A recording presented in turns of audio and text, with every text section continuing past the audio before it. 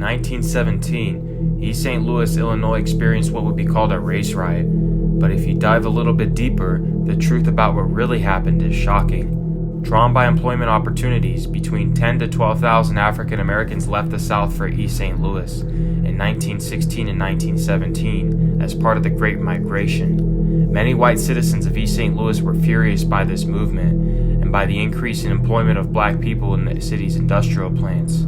Despite there being no official segregation in the city, streets and blocks were separated among racial lines. In the spring of 1917, the largely white workforce in the aluminum ore company went on strike. Hundreds of blacks were hired. This only further enraged the whites in the city. When word of an attempted robbery of a white man by an armed black man spread throughout the city, mobs started beating any African American they found, pulling individuals off of streetcars and trolleys. The National Guard was called in, but was dispersed in June, only for things to heat up again in July. But this time, it would be far, far worse. On July 1st, a white man in a Ford Model T randomly shot into black homes. Armed African Americans gathered in the area and shot into another oncoming Ford, killing two men who turned out to be police officers investigating the shooting, thinking they were the same men who shot into the home earlier. This is what lit the match. The next day, East St. Louis experienced the worst incident of mass lynching that America had seen at that time. Throughout the whole week, whites went into black sections of the city and wreaked havoc. Whites engaged in drive-by shootings, beatings, and burned down several homes and businesses. Some black families were boarded up in their homes and left to burn to death. Local police even shut down bridges over the Mississippi River so that there could be no escape out of the city.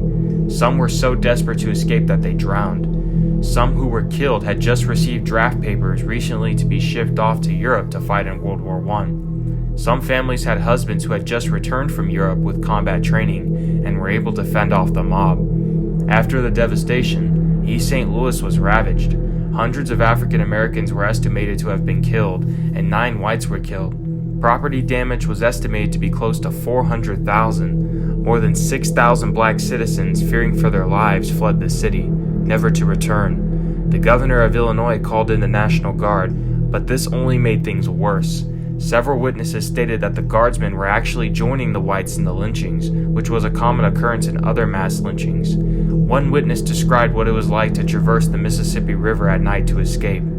It took 4 hours to get across that river. They fashioned a raft out of old doors and charred wood to cross the Mississippi River and get to the St. Louis side.